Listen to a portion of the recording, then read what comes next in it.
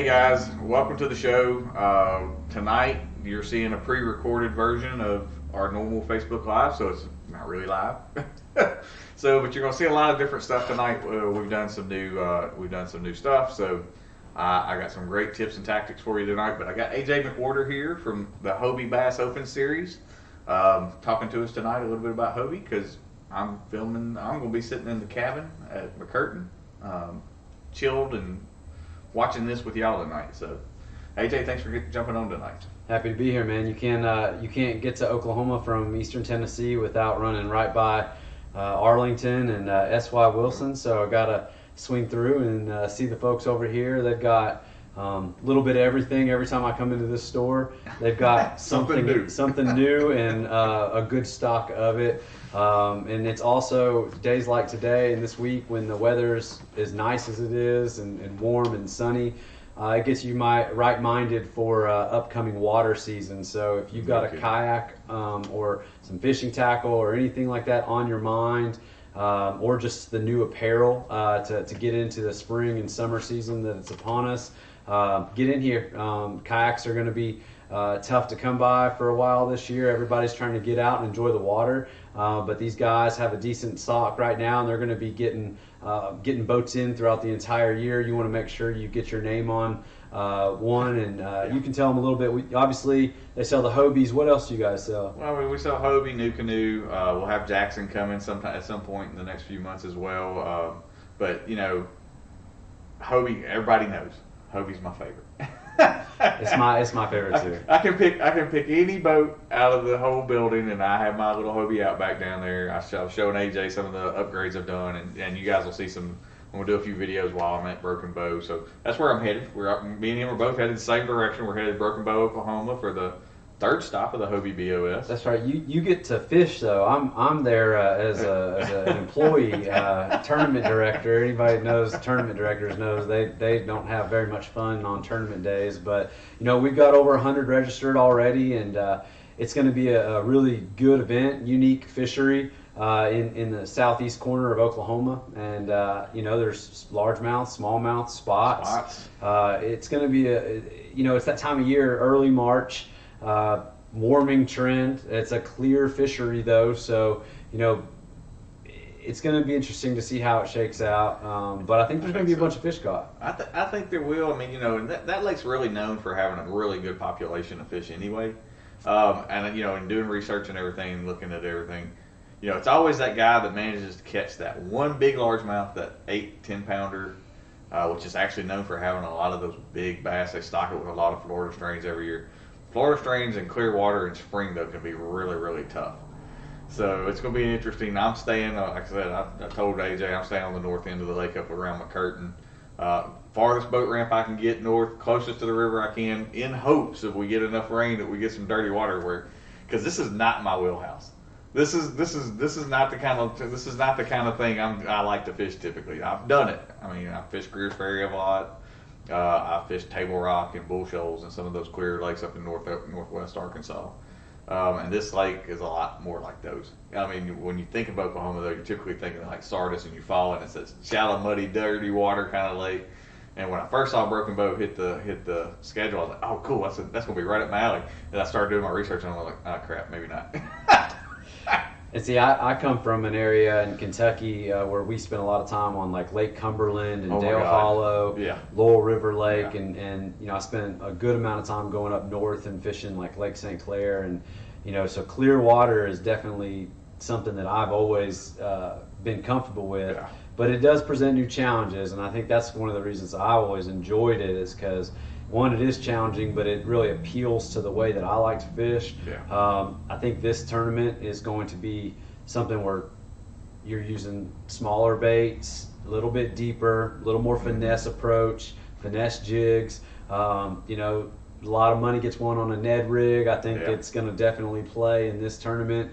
And so not a lot of people have the patience to fish like that, especially this time of year when people are getting out of the house, they're chomping at the bit, they want to chuck and wind as many casts as they can get, and that can catch them. I mean, let's not rule it out. And you know, those power fishermen, they can take a jerk bait on a clear water, and really get some fish to come up from the depths that have that on the mind. So, it's one of those tournaments and one of those fisheries where a lot of different factors are going to come in.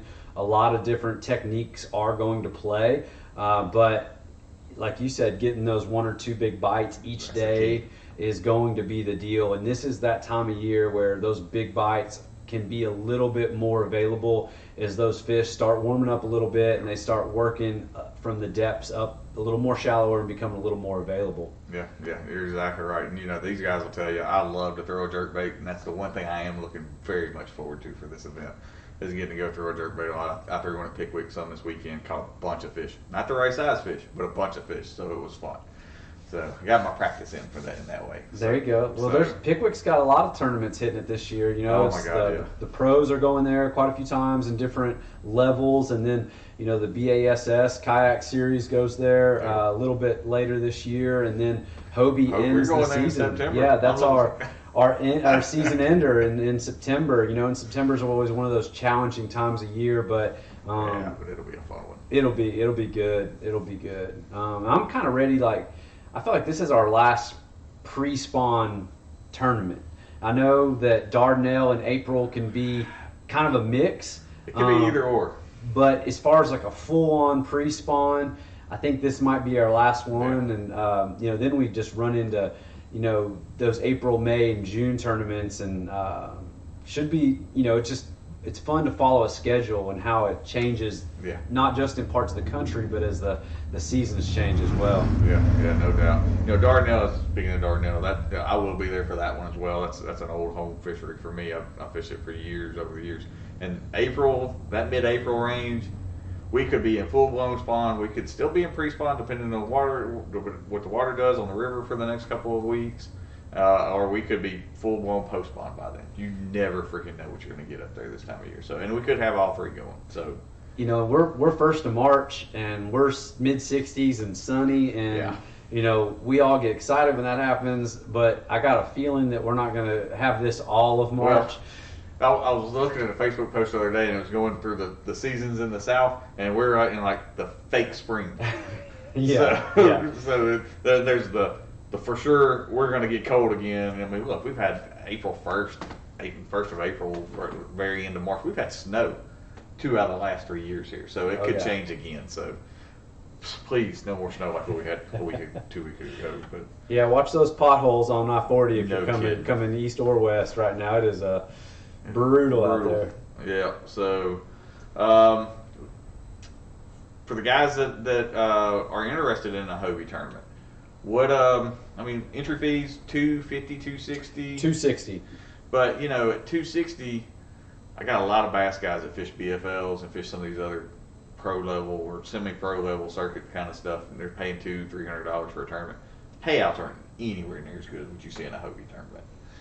I mean, yeah, a big reason for that is this isn't a tournament entity running tournaments that takes a cut off the top. This is a kayak manufacturer that believes in running events for participants and for the growth of the sport. Exactly. So we have amazing sponsors that help us. We have amazing host communities that help us. But all of an angler's entry fee goes either to the fees that were assessed, which are PayPal, TourneyX, and some of those things, or we have a chunk of it that goes and builds the championship pot, and then essentially $195 of that $260 gets paid out in the event, and that other $40 gets paid out at the Tournament of Champions on Lake Eufaula in November.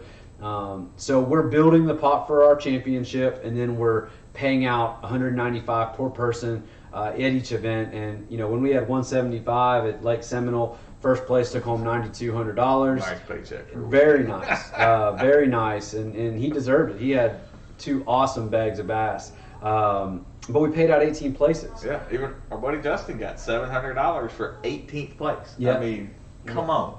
So we're gonna have over 100 at Broken Bow this week. It'll be first place will be in that mid 5s to 6 range, depending on what that final number is. And we pay out essentially one place over 10%. So if we end up with like 105, we're gonna pay 11 places.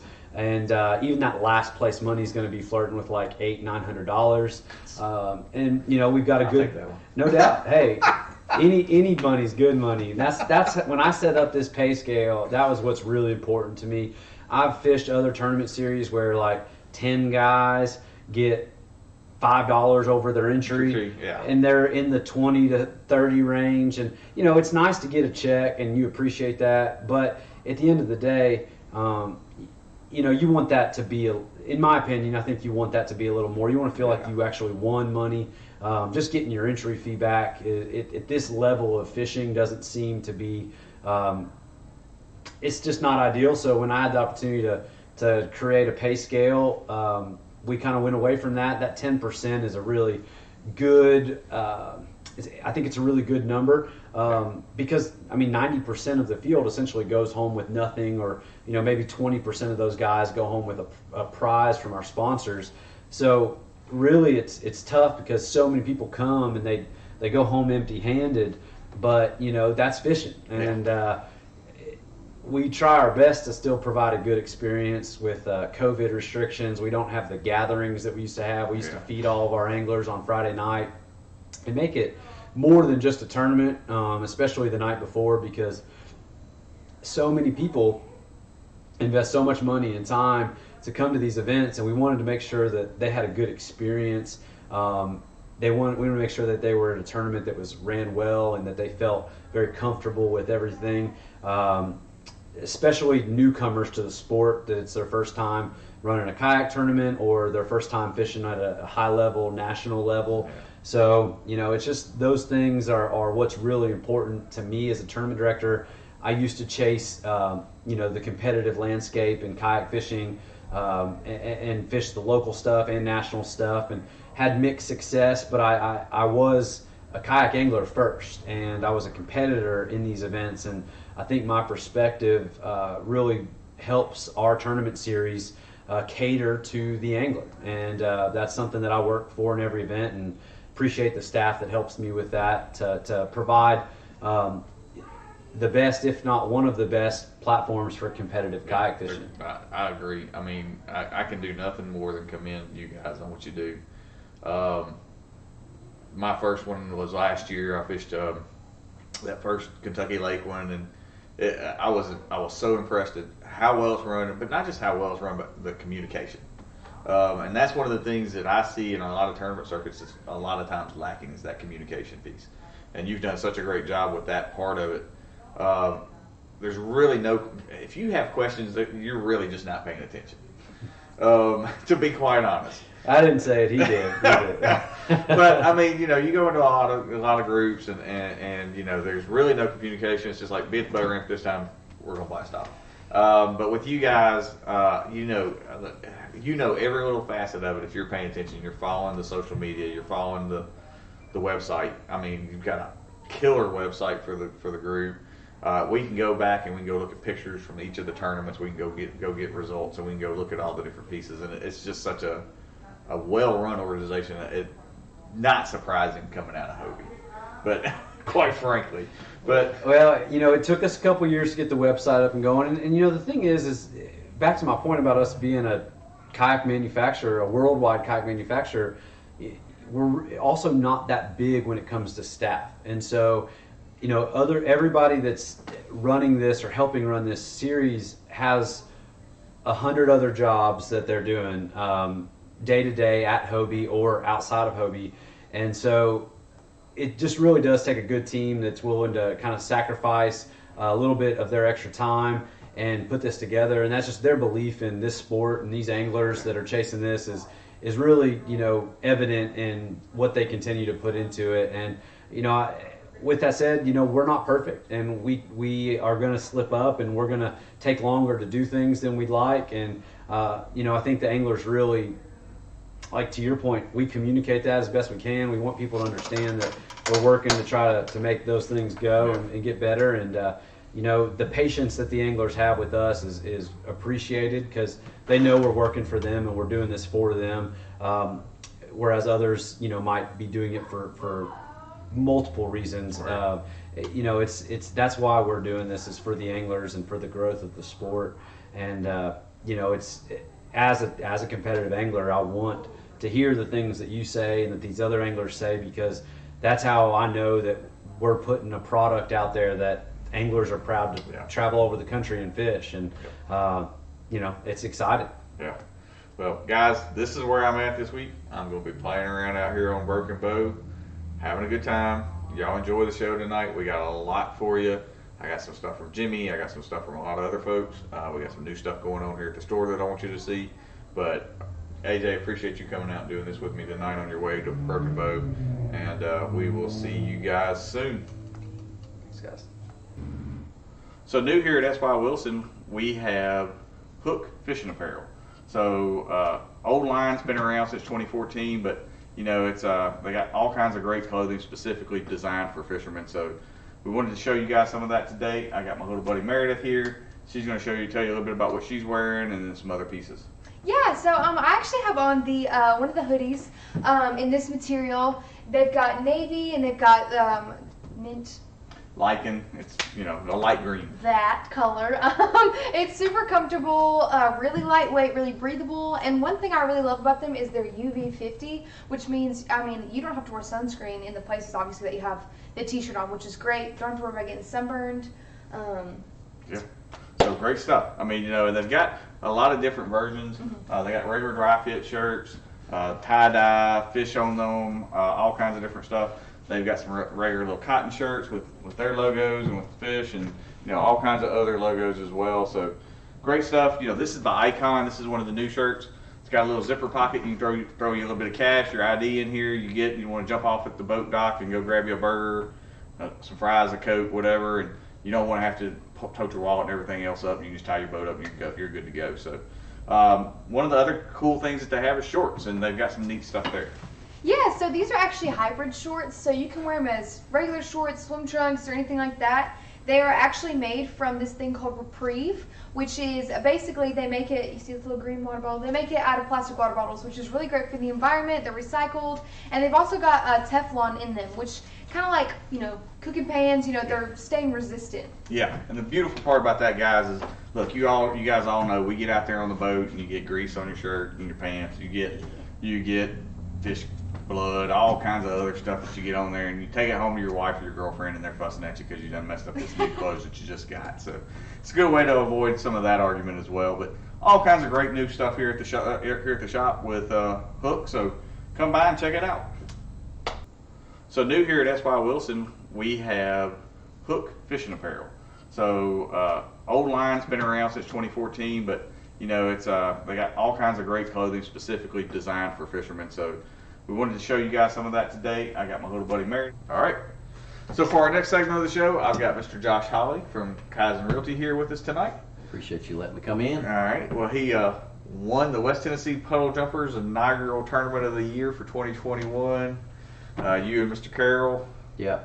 We'll talk a little bit tonight about how you guys did it. Let's talk a little bit about, what was this your first puddle jumpers? It is, yeah, it was. So yeah. you fished hook ball with me in the past. You've had some experience doing that, but puddle jumpers is one of those circuits here in town that has really been an up and coming kind of group. When Steve started this thing years ago, it was supposed to be 8 or 10 giant boats going around fishing little small stuff, and it's grown into this big old production now. Yeah, I think 55 boats. 55 boats. Yeah, this on weekend. Saturday. Yeah, so got a few pictures of some of the different guys that we know and some of our regular customers that come in and shop with us, posting up on here on the screen. But Josh, just kind of tell me a little bit about, what did you guys do? What were you guys keying on? Kind of some of the different things. What was your outtake from the tournament? Yeah, so going into the weekend, well, first of all, to back up, I fish with my son Hudson. He's 14 and loves to fish, but going into a February tournament, if you'll remember Hookbone last year, going out of Florence, it was 33 degrees. It was or something. And so going into this tournament, we didn't know what the weather was going to be. And so I went to my son and I just said, hey, I don't want you to be miserable. I want you to have a good time. So if you want to sit this one out, that's fine with me. Just let me know. And so he said, Dad, I think I'm going to sit this one out. Yeah. And so Carol Hostelton fish with me. Yeah. And he has fished the winter trail, did not fish it last year, but he's fished the winter trail in the past. And so I relied quite a bit on just his knowledge of the lake in that time of year, because I just don't have a ton of experience on the lake on that time of year. Yeah. And so we put together a game plan. Of course, we didn't know what the lake and river was going to be like because of all the melted snow and ice. And they're flowing 150,000 out of Wilson, and so we just didn't know what was really going to go on. So we headed down Saturday morning to pre-fish. BJ and Michael were on the water, and they were sending us pictures of fog that was so thick you couldn't see 50 feet in front of the boat.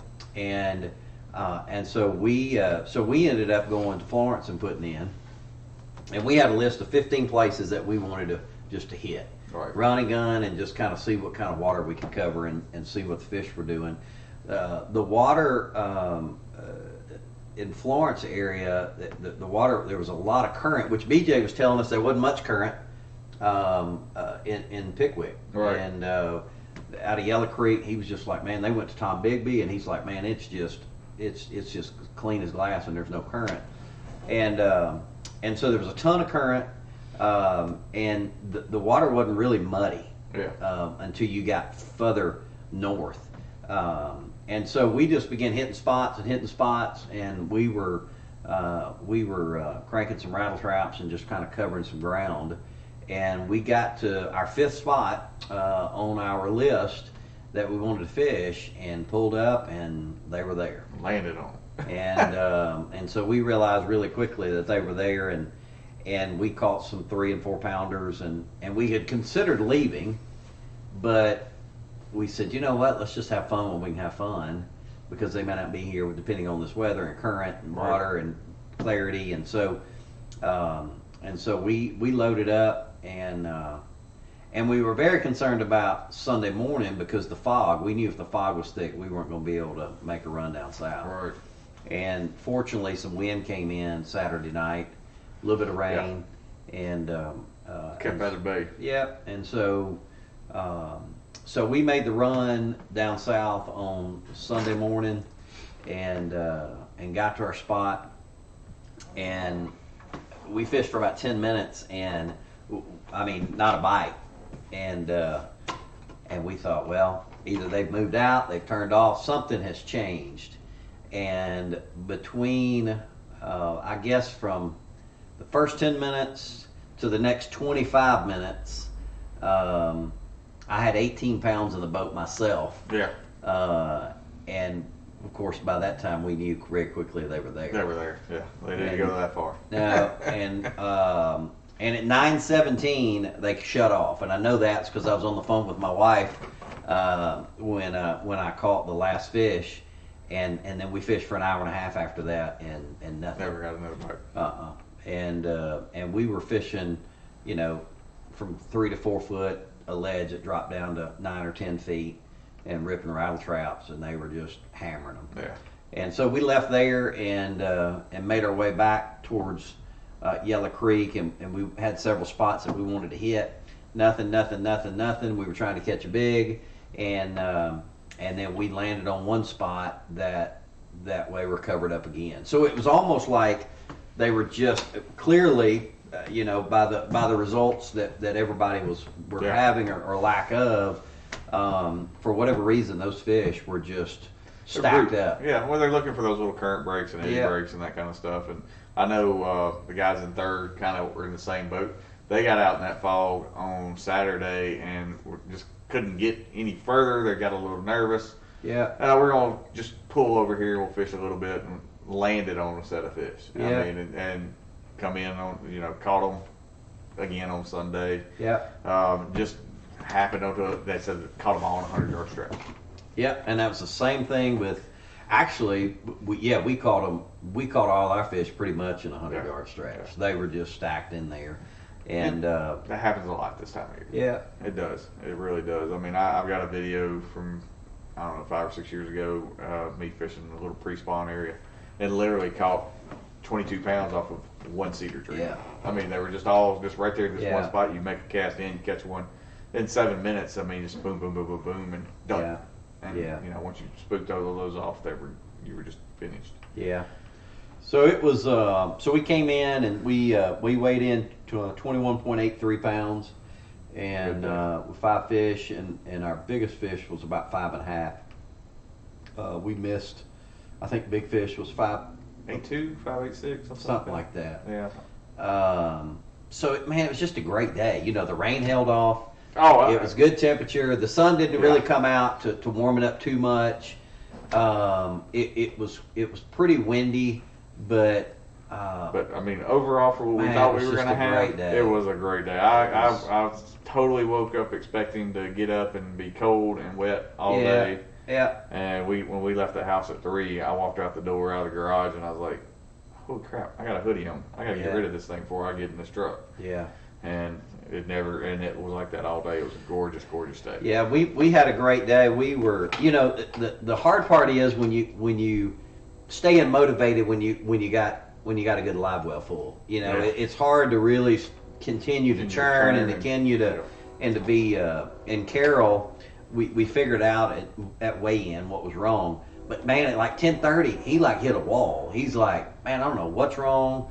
I mean, but he hit a wall. We later found out he's used to drinking several cups of coffee in the morning with caffeine, and he had none that day. Yeah. Here comes the train. Can they hear it on here? Oh yeah. Oh, okay. Steve does a great job with. Steve has done an awesome polo job building jumpers. this little trail. Yeah. Polo jumpers, guys, if you're looking for a little team trail to fish, not expensive. It's $50 to fish a tournament. Yeah, $25 membership. And then, like for my son, there's no membership fee. I don't know what the cutoff is for age. And then it's $50 a boat. And it's just, it's a little bit, for me, it was a little bit refreshing to not see everybody pulling up in an $80,000 bass boat. There's nothing wrong with that. But just, it just almost felt like my days when I was a teenager, jumping puddles around Mississippi and little fruit jar tournaments. And man, everybody was just having a good time and had great attitudes. And it's a good group of guys. They're all super laid back. Yeah. It's a super refreshing kind of tournament to jump into. So guys, if you're looking for a tournament trail that you can go, it doesn't matter. I mean, you see everything from 15-foot John boats to $80,000 range. Yeah. But I mean, there's a good mix, and everybody there. Nobody's looking down on anybody else. Everybody wants everybody to do well. Yeah. And it's just a fun group of guys to fish with. So if you're looking for a good one, West Tennessee Polo Jumpers is a good one. Bay Springs, 21st of March. Yeah. Coming up. Which I don't have really any experience in Bay Springs, so it's going to be interesting. That's a little different fishery if you've never fished it. I mean, it's Clear a lot of water, clear water, deep. a lot deeper, a lot of flooded timber. So it's a little Yeah. different, but you'll have a good time. It's a fun lake to fish. I like Bay Springs, so that's a good one for y'all. You guys, I didn't did a short introduction, but for those of y'all hear me thank him every week at the end of the show. Josh Hawley is one of the sponsors of the show. He's done a lot as far as purchasing equipment and that kind of stuff in the past. But just tell everybody what your business is and what you do, and let's plug you real quick so we make sure we get you some. Yeah, so first, just appreciate you letting us be a part of it. I think it's awesome what you guys are doing, and just get this information out here and give people a platform just to kind of talk about what's going on here locally, and then I think y'all do a great job with your business. You offer. I think I'm gonna buy a pair of boots before I leave here today. But so appreciate you letting us be a part of it. Of course, I'm in real estate, local real estate, residential real estate, and we focus on Fayette County, which is where we specialize in. And so the market, everybody wants to know what the market's doing. It is a 100% seller's market right now. I just left meeting with a couple from Bartlett. They're wanting to move out to Fayette County, but they really don't want to sell their house before they find a house. And I just had to explain to them that you can't even get in the ball game. Yeah. I just made an offer for a client on a house in Oakland yesterday. $265,000 house. We offered $5,000 over list price, and probably lost. Willing to pay $5,000 above appraised value, and lost out. Yeah. And crazy. So it is what people and I'm not trying to plug, hey, go get a realtor, but today finding a buyer is the easy part. Right. what you want to try to do is find as many buyers in the shortest amount of time from a seller's standpoint. Yep. So you make the buyers compete against each other, which then gives the seller a lot of options. And I think a lot of sellers may sell themselves a little bit short if they think, well, I just want to do a for sale by owner. The couple I just left tried to do a for sale by owner 2019, and they said, hey, it was a complete disaster. Right. And so again, I'm not trying to plug, hey, go get a realtor, but just consider that in this market, because finding the buyer is the easy part. You want to find as many buyers as you can to give yourself options. Exactly. Interest rates are still at a record low, and I think that's what's driving a lot of this. Yep. Is from a 2.5 to a 3.5 really doesn't make a ton of difference on your payment, but when you think about 30 years of making that payment, that's quite a bit of money. And so a lot of people are in the mentality of, hey, let's go take advantage of that.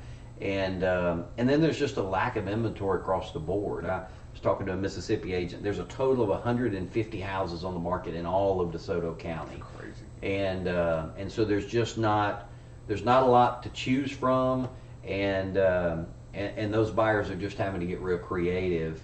And if you're thinking about buying a house, please don't do that by yourself. Go out and get you a buyer's agent that understands how to structure your offer to win, and then also at the same time just protect you, because you don't want to commit yourself to something like waiving inspections possibly. Right.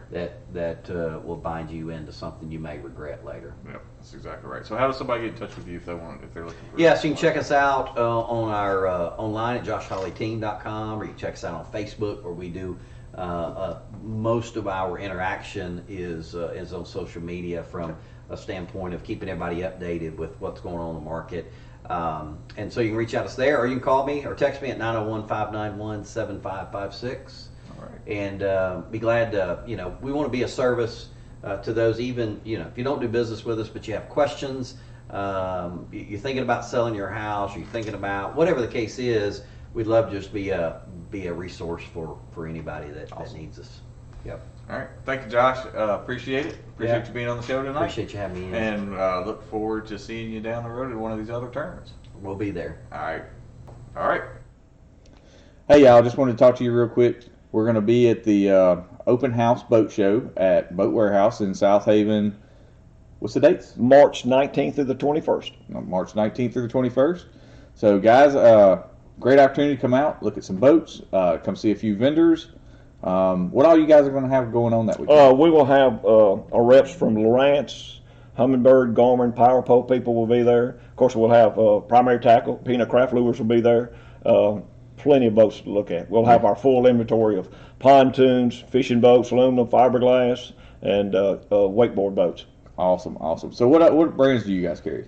As far as the fishing boats, we carry Ranger, Vexus, and Camus. Nice. I want to come look at one of those Camuses because I haven't seen one of them yet. I've heard they're gorgeous. I've seen them on the road, but I have not got to see one up close. Nice boats, ride good running boats. So, all right, we're looking forward to it. So, guys, come out and see us on March the 19th through the 21st. That is correct. Thank you. Hey, y'all. For our next segment, I have Justin Patrick, fresh off of a win with the West Tennessee Bass Yackers on February 27th at Gibson County. Boy weighed in an impressive 59.5 inches for 3 fish, so good job there. What size were the fish? I think you got big fish as well? I got big fish. The first fish of the day was a 22.5, and then my second biggest was a 20, and I think I had a 17 inch. Caught a few others. I think I had about 5 or 6 fish for the day, another 14 incher, and another one I didn't measure. By that time, I had my good limit. So there you go.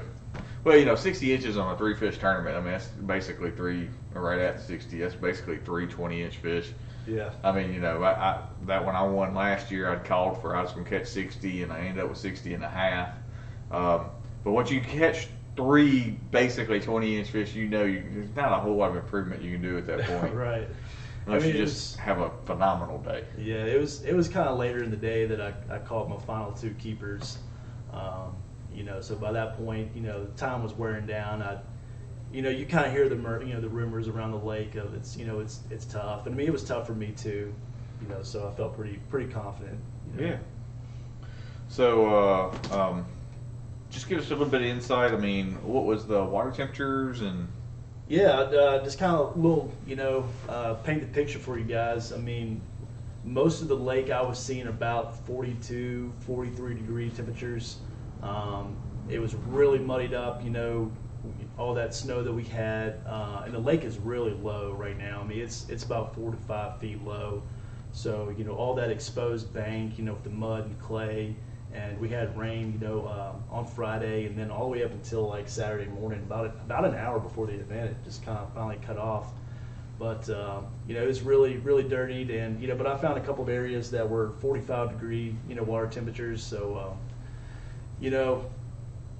this time of year we often get this where we have these brutal cold fronts that move through, and it just really shocks those fish, and then we have all the water and the rain and all that kind of stuff, getting the water real muddied up, and then you have a warm front that moves in right behind it. It went from 0 degrees to 65 degrees. Yeah. Well, I mean, basically the lake was iced over the Saturday, Sunday before. Yeah. The tournament started, and we were all seeing pictures of the lake just completely covered in ice. Yeah, I know. So, I mean, it was thawing throughout the week as we're, getting excited and ready to go out there. But, I mean, I wasn't really sure.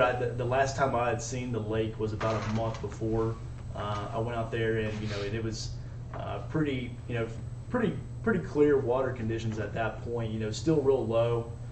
So I just kind of went out there, rigged up, loaded for bear, not really knowing what to expect. So,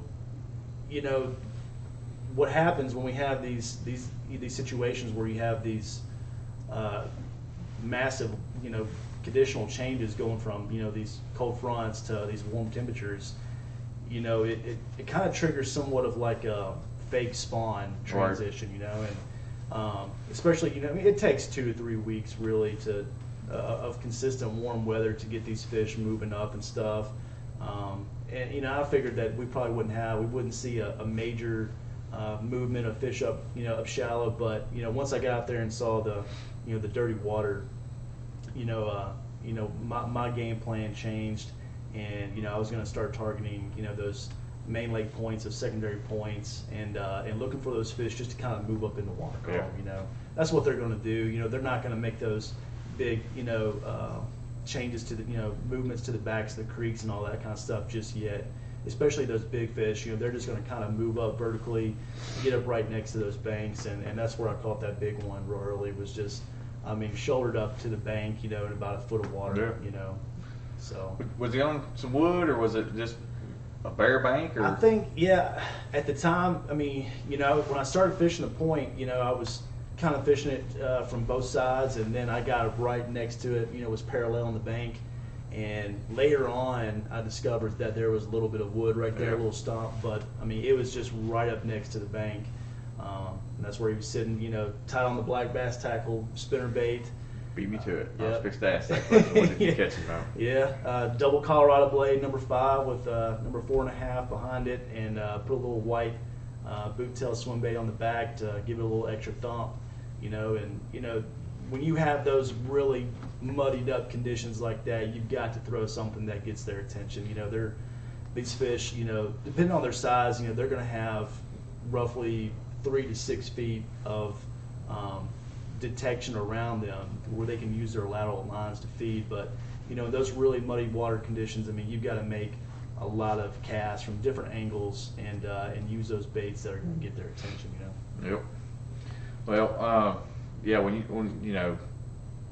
great way to start the year for you. Just came off of a 15th place at the Hobie event, first of the year. 18th place, first term of the year with Hobie. Had a misstep in the second one, so you went come back here and take a little revenge on these guys. Yeah. But everybody, they had a great tournament, great turnout. I think there was a bunch of boats that came out for this event. Yeah, even with it being as brutal cold as it has been and everything. Over 30 anglers. It was pretty impressive. That's pretty good. Yeah. That's pretty good. So, Bass Jackers is continually growing in that club. Second place was Matthew Harden with 41 inches. Third place was Ashley Alt with 34 1/4, and fourth place was Chuck Smith with 33 1/4. So tough conditions. I mean, you know, basically as we said, ice a week earlier. A good steady warming up front, kind of really helped you guys out a little bit. Got rid of some of that ice and started warming the water. I mean, you know, you're saying it was 39 or 33, 34, or well, 43. 43 Main Lake. You know, Main Lake. You know, at Pickwick, conversely at Pickwick on Sunday, we were having a lot of 49s to 51s. So I mean, you know, the difference between having a lake that was completely frozen over versus one that has current and warmer water coming from south coming through, I mean, makes a big difference in what can be caught. So, anything else you want to add about the tournament or anything? Yeah, you know, this event, I mean, you know, it was really tough starting out. You know, we had that rain that came through the night before, so, you know, a lot of those fish probably, you know, were feeding up throughout the week, especially after all that cold weather, and then more than likely right before that front moved through.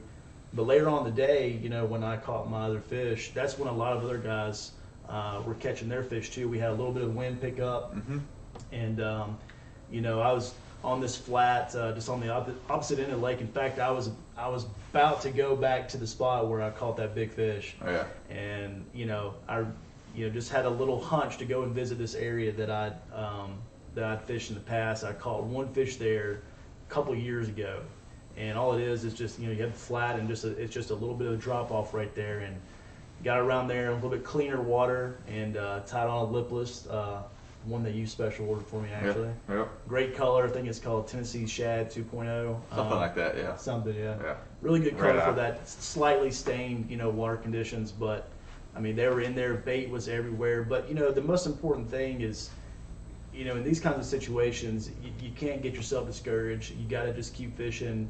Trust your instincts. You know, there's so many pros that talk about that. You know, the difference between your weekend angler and, you know, and your pro level, you know, guy. I'm not comparing myself. I'm just saying. I mean, a lot of guys talk about it. You know, it's interesting because, you know, we as anglers, you know, we want to know the secrets. You know, what's the secret bait? What's the secret technique? And what I've learned about this is there are a lot of secrets given out. Not necessarily secrets, but those really important tips that aren't necessarily bait. You know. It's more about confidence. It's more about fishing the right bait at the right time. Trusting your gut, you know, and going with it. And you know, it may not always work out, but you know. Well, that's some good hints and some good tips. So guys, if you're a kayak angler and you want to check out a good local kayak bass club, go check out West Tennessee Bass Shackers Facebook page. Their next tournament will be on March the 13th on Carroll County, 1,000-acre recreational lake. That should be a fun one. It's going to be a good one. There should be a bunch of fish caught at that event. Yeah. I think that's going to be just the boys judging fish at the end of the day going to have their hands full. That is one of those lakes where you can catch a lot of fish and then you can catch a giant. Oh yeah, they are in there. There's some 10s and 12s. I fished several tournaments there where there's been 10-pounders weighed in. So, and this time of year, that's a good possibility somebody's gonna catch a pig. Yeah, especially with this rain, you know, hopefully it kind of keeps a little stain. That's a fairly clear lake, you know, for its location. I mean, it's pretty deep, pretty clear, you know. Yeah, so that should be a fun one. It's gonna be. I'm gonna try to fish it. We're gonna see. I'm gonna be in Oklahoma for the Hobie event this week. So. As you guys have already heard, I mean, this is all pre-recorded as we get ready for this, as I'm going to be sitting out in the mountains. So, you guys, thank you, Justin, for coming in and doing this today. If you want to check out a great kayak club, West Tennessee Bass Shackers is a great choice. Hey guys, so I've got Kevin Bray here with the Loves Bonner Bass Classic. So, you know, Kevin's been a major sponsor. This is our 3rd year for the event, I think. Yes, it is. So, it's been a great, very well received tournament. Another new charity tournament here in the Mid-South. And really, it's not so much a new one. It's an old one in some ways because it's one that's been around. It was around a long, long time ago.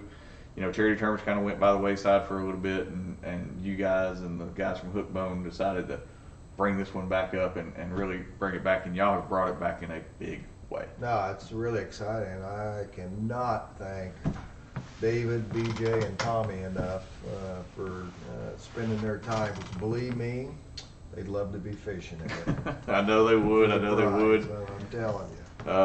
I know it really bothers them sometimes if they don't get to, but we got to do what we got to do. So, but got some great new additions. Going to kind of go through the website today and kind of talk about the tournament, talk about some of the different things, some of the changes that we've made for 2021. You guys are doing such a great job of just trying to make it bigger and better every year. Trying to. And so let's talk. Really excited about 2021, September 11th. It's we got a couple new things we're doing that hopefully you all will be excited about too. All right, guys. So here's how you go register. This is where you get all the good information, all the pertinent stuff. Go to fish4lebonner.com. The number 4, and I mean it's all right here. How to raise money, how to register. All the rules, how to deal with the legends piece of it. There's some really neat stuff here. You can just click on the link and you can register from there. Date of this one, like he said, September 11th, 2021 this year, out of the Pickwick Landing State Park, newly redone state park. Yep. Gorgeous new facility. Very nice.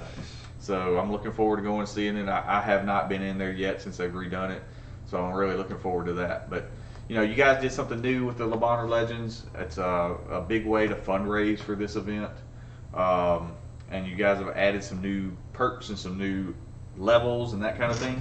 Yeah. So that's kind of what we wanted to talk about today. So tell us a little bit about some of the things you're doing for the guys that are raising money this year. Yeah, Kevin. last year, we had a really good year. Our Legends raised, I believe it was over $24,000. So that was nice to see, and I think we can do a lot more this year.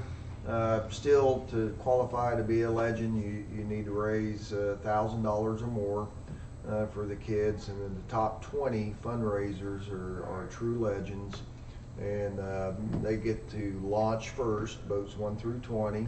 They get a minute or two head start. Last year was the first year that we changed it to where they were last to come in too. So That's an added perk. Of course, I don't think anybody was staying out any extra last year because of the thunderstorms that rolled in. But that was pretty wicked. But same as last year, you get the close parking, free entry fee, free big bass.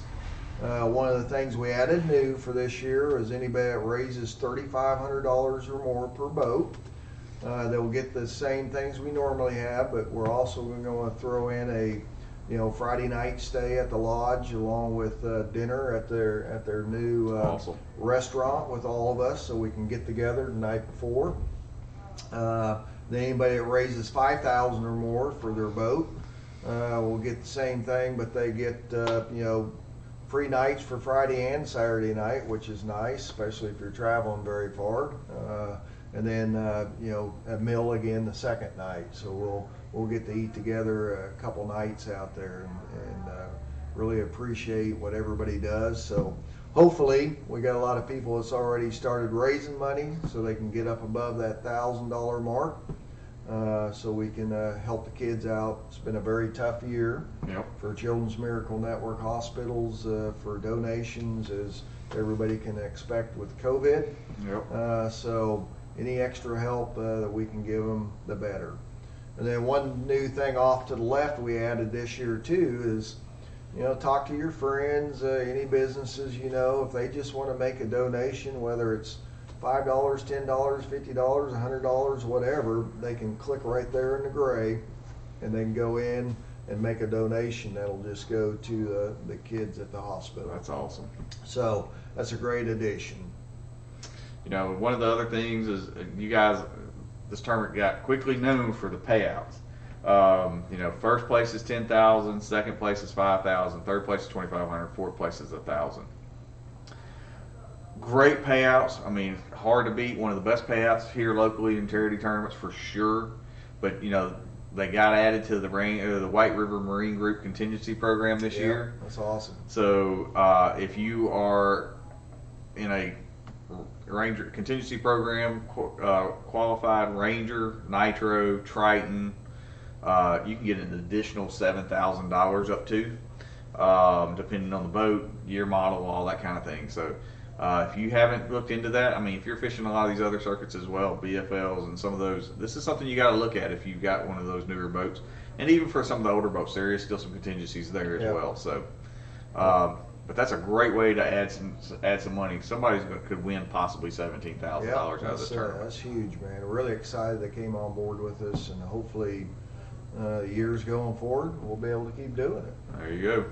So if you want to become a sponsor, there's a link on there where you can get a hold of Kevin. Yep. And if you just want to sponsor the tournament, you're not going to fish, but you want to do something for everybody. Here's the levels and that kind of thing.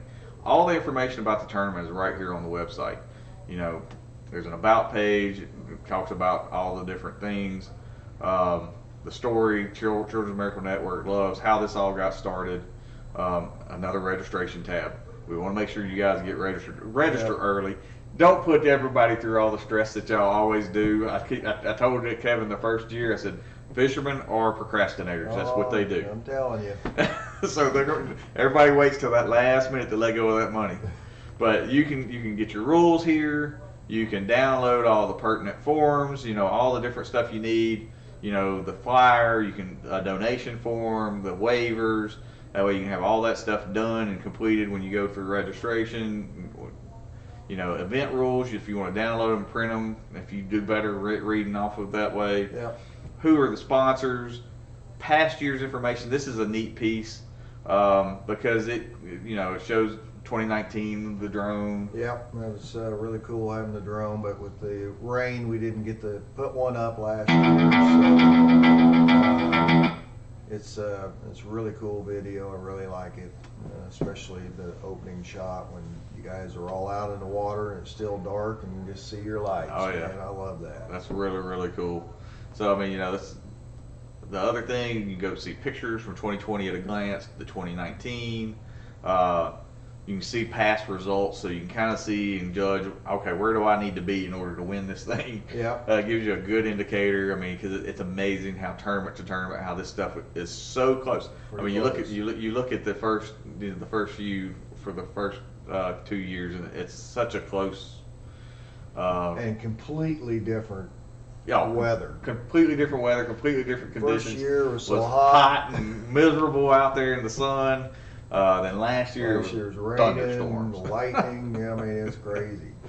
So, I mean, there's a quick rundown on the website, and there's a quick way to kind of go in and look through it and see some of the different stuff.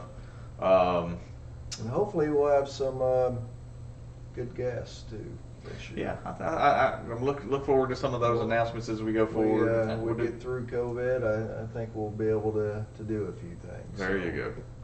So hopefully we're going to be there soon, and we can.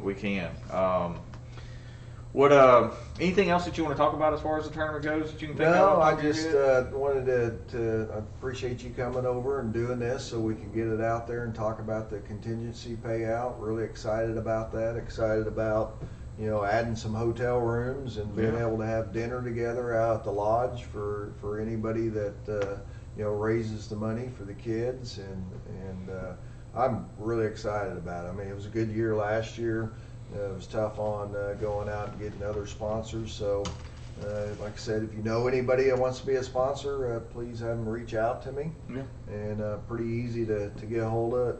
Kevin.bray@loves.com. There you go. All right. Well, thanks to Loves for their sponsorship of this event, and Kevin and Miss Amy for all y'all's hard work. I really appreciate it. I have a blast. All right. Well, we appreciate it. Appreciate your time, and we will be looking for more announcements about what's going on with the Loves of a Bonner Bass Classic.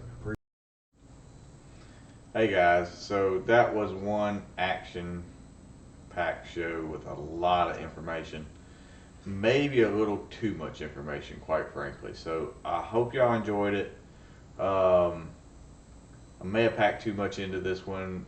I didn't even get to everything we had planned. So that's the crazy part. Had some technical issues. We're trying to get this going. I am headed out in the morning. You guys are going to see this 18 hours later, 12 hours later, something like that. But I'm headed out to go to Broken Bow, Oklahoma, as you heard in the front of the show. but looking forward to going and fishing the Hobie BOS this weekend and spending some time on the water. Hope some of you guys come out to see Dad and Teresa this weekend here at the shop, and come see Robert and the crew at SY Wilson. Got a lot going on at the store this weekend as well, so it's going to be a crazy weekend. But special thanks to all the guys that come out and help with pre-taping this show. Justin Patrick with West Tennessee Bass Shackers, Josh Holley, one of our longtime sponsors here at the show with Kaizen Realty, our buddy Kevin Bray with the Love's Bonner Bass Classic, talking about some of the cool things they have going on and getting started there. My little buddy Meredith helping me with the hook commercial, and Keith come out and see us at the Boat Warehouse in-house boat show coming up here in a couple of weeks. I hope I didn't. Oh, and Mr. AJ McWhorter, who did a stopover here at the shop on his way to Broken Bow. I'll see him again on Friday, but special thanks to him for talking about some of the Hobie stuff. Lots of stuff on tap. We're still working on a lot of different projects. We're